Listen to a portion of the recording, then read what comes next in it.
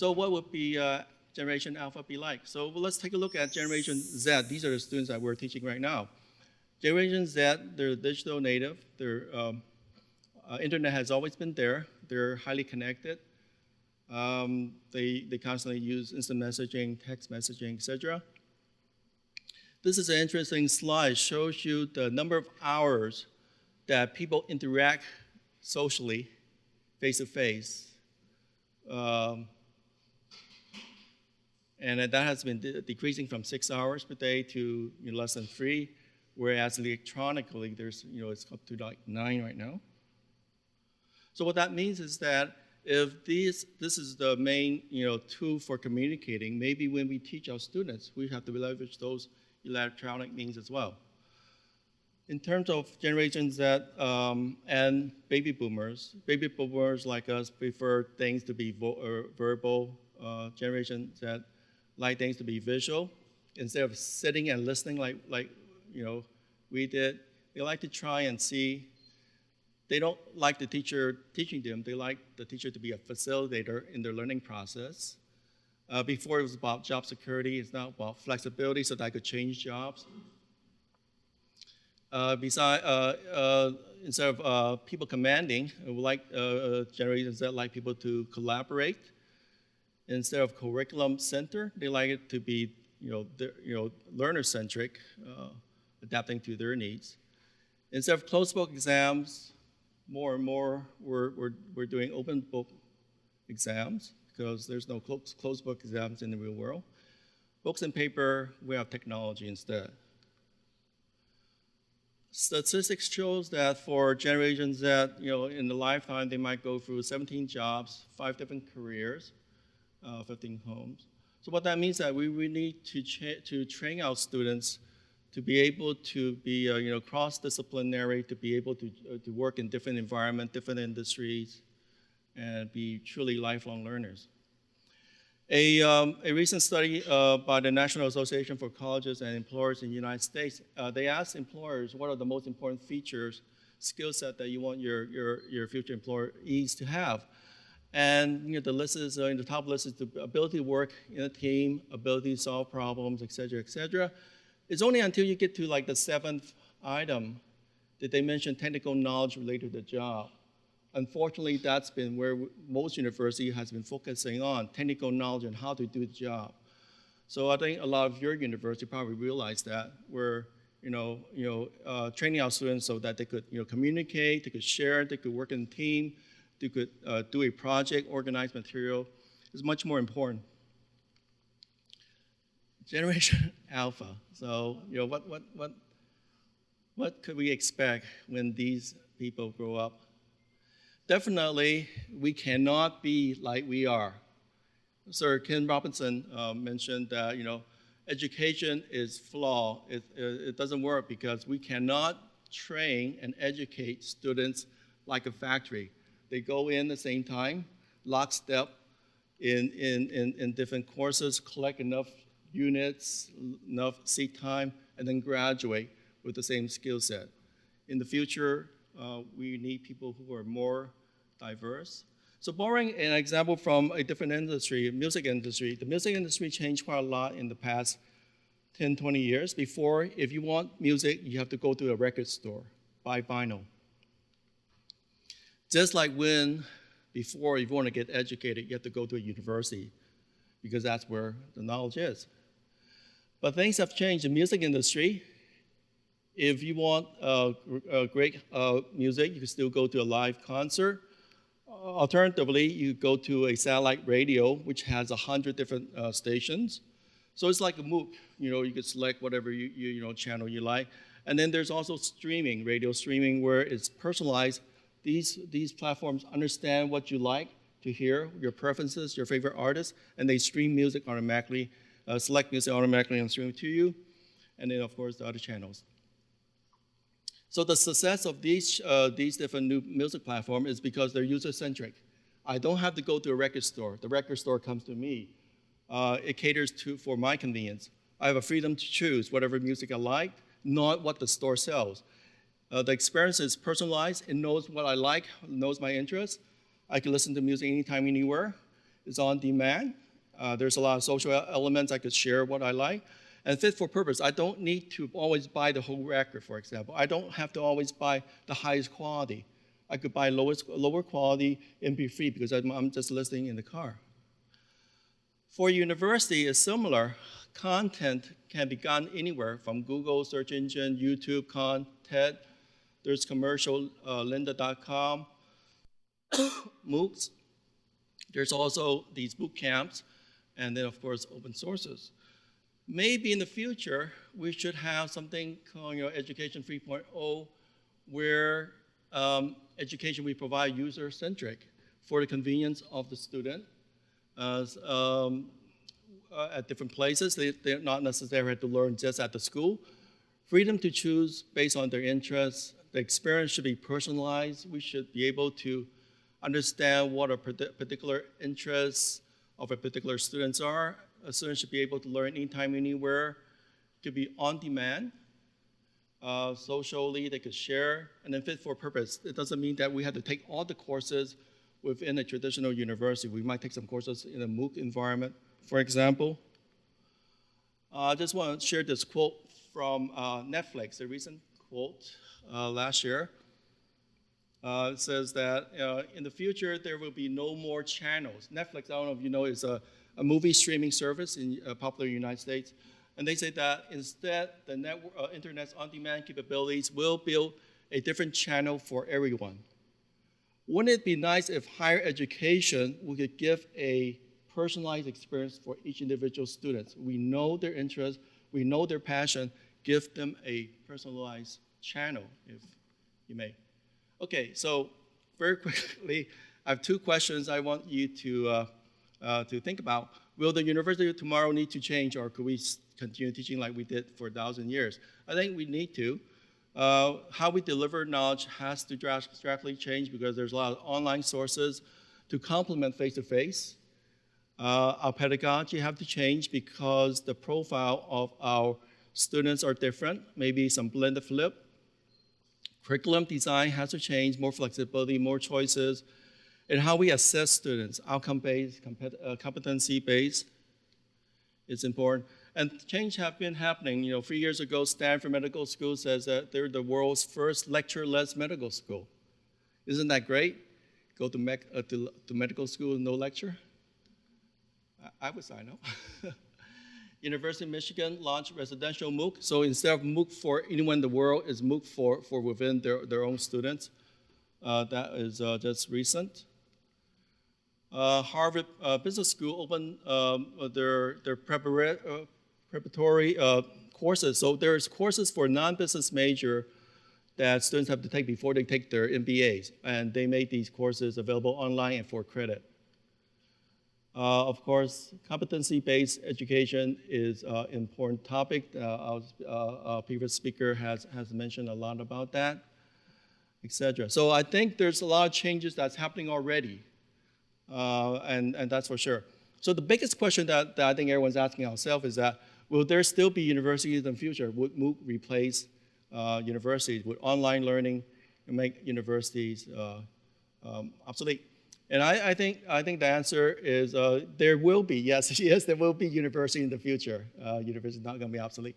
Because I think university experience is more than just content, more than just classes, lecture. It's about a whole person development, how you work as a team, how do you communicate with other people, how to function as a productive citizen. And the biggest argument that university will exist is that you can't do this online. So this is a tradition in St. Andrews University where all the freshmen, one of the weeks, they have a foam party. So hard to do that online. And my last slide, I'll leave you with this quote from James Byron Conant. He used to be one of the presidents of Harvard in the 50s. He said that education is what is left after all that has been learned is forgotten. So what that means to me is that you will forget details, you forget content, but you will never forget how to be a responsible, productive citizen and be able to work as a citizen in this world. So that's all I have. Thank you. And we'll directly move into Q&A session. And while they are preparing it, I'd like to basically summarize that our three speakers' common theme was that the change is taking place and it will continue to change. And what I would like everyone to think about was, can these three speakers' content be applied back 50 years ago and will still be applied for today and 50 years from now? And my answer is yes, because think about what the place was, what the East Asia was in terms of education and progress. And since last half a century, we collectively have made significant progress through education, and we will continue to see and observe and witness the progress that we'll be making. Okay, so what we'll do now is, well, thankfully that we have many questions that have been posted, so which means at least some of you know how to download the apps, so that's good news to begin with. And I see the we have two questions for one person, and we have a couple of more underneath, so we'll take the first one to address to the panels, and let's see. The first question is, under what assumptions will MOOCs really threaten established educational institutions? Some may assume students study only when they pay tuitions and only when teachers give them homeworks to be graded later. Under these assumptions, should we say MOOCs' immediate futures are rather limited? Okay, here is just one word that makes me a bit nervous, is assumption. Assumption really is a personal opinion, and so I'm going to leave this question for not all. I mean, I don't think we have time for everyone to address this, so we'll just have one person cracking this question with the basic assumption of your opinion. Who would like to take? Maybe I'll take thank you. A crack of it. Thank you, Dr. Chun. Go ahead. I think in the last part of my talk, I mentioned will there still be universities. I think universities have a unique value in that it provides an environment where students could work as a team, face-to-face, actually do problem solving, work together, do brainstorming, do communicating their ideas, sharing ideas, is something that's still very difficult to do online. I know there's virtual environments, forums where you can do it, but it doesn't really replace the environment where you have a group of students, 5, 6, they sit together, brainstorm, share ideas, and work out a problem with maybe a teacher there to help them out. So I think for the short period of time, I think MOOC is going to be hard to really beat that kind of environment. Can I just add to that a little bit? I think when MOOCs first came on in 2012, one of the things that the first questions that were asked was that you have all these elite universities offering MOOCs. Where does that leave universities that are less competitive?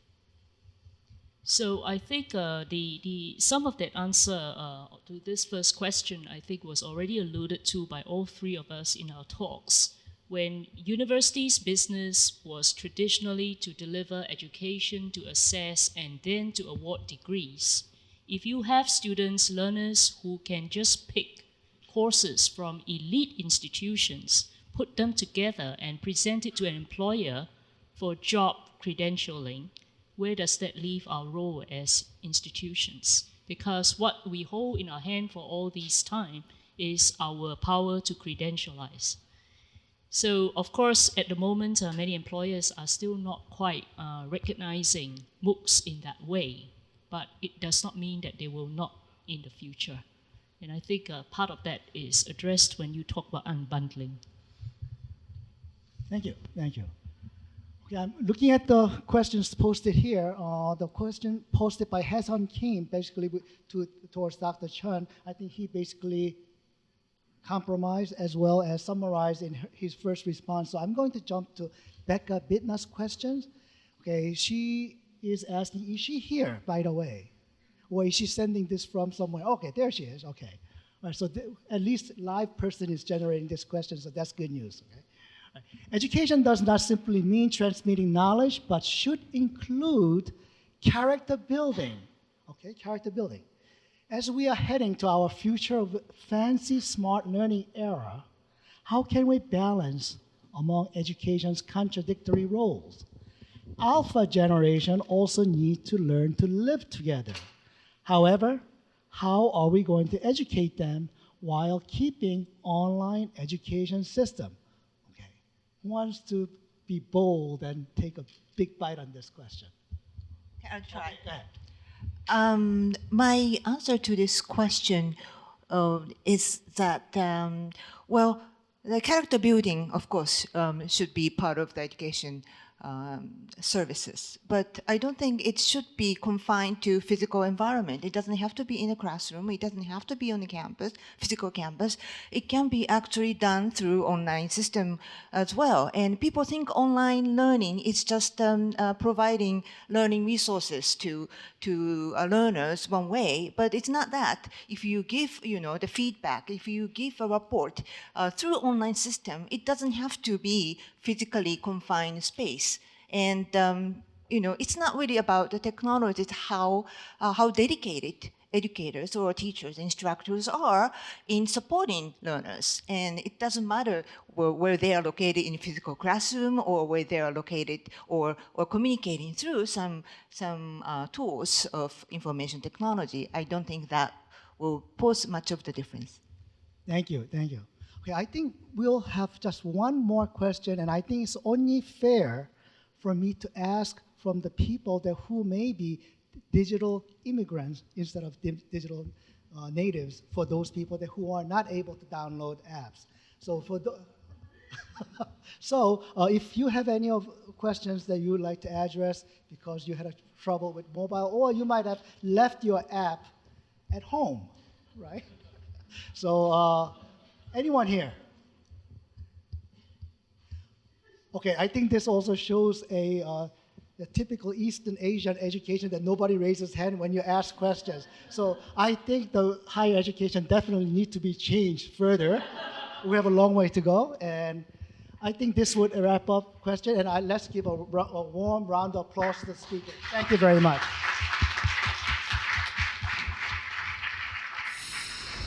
The first one is, currently, how well integrated is technology in the higher education in your own country?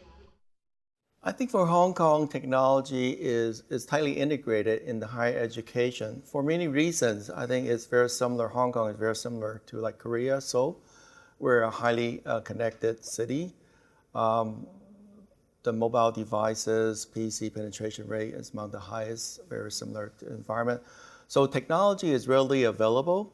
Connectivity is also readily available. And in that sense, because it's the infrastructure is already there, it's very easy for higher education to adopt technology. For example, at City University, we adopted mobile learning, I think 2 or 3 years ago. And currently a majority, pretty much all students use mobile devices.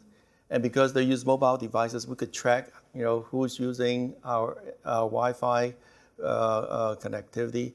And from our statistics, we see that each student have at least 2 to 3 devices per person that they use for e-learning, not for fun, but for e-learning specifically. And our analytics shows that our students are pretty hardworking. They work 24/7, and they don't sleep. They only sleep around maybe 5 or 6 a.m. And it's pretty remarkable in terms of having the technology there allows students to learn anytime, anywhere. Without that, they could only do their learning activities within a particular period of time. So I think the adoption is pretty high. In terms of using a platform for e-learning, a majority, I think 80 to 90% of all our courses are on a learning management system. And in terms of using flipped classroom, blended learning, a recent study that we did for our school, I think 70% of all our teachers use some sort of blended learning, flipped classroom technology. So yes, I think adoption is pretty high. I think the technology that is most promising is some sort of personalized e-learning platform. Everything that we do nowadays is personalized. We go shopping, the platform knows what we bought before, what are the items that we like, what are the brands we like. Amazon.com, for example, always recommend things that you would have a very high chance of buying. Our music, is highly personalized, things like Spotify. They know the artists that I like, songs that I've listened to before, and they stream songs that's similar. Video, YouTube knows our patterns in what kind of videos that we look at. I think it's important that higher education offer that personalized experience as well. So technologies like big data, analytics, to understand what are the interests of particular students, what are their passion, what courses they have taken before, which one they do well in, et cetera, and then using those data maybe in adaptive learning to change the course presentation so that students could do better, for example, and then maybe offer recommendation on future courses that they might take. So I think a personalized learning experience is going to be very important and very useful for a student in the future.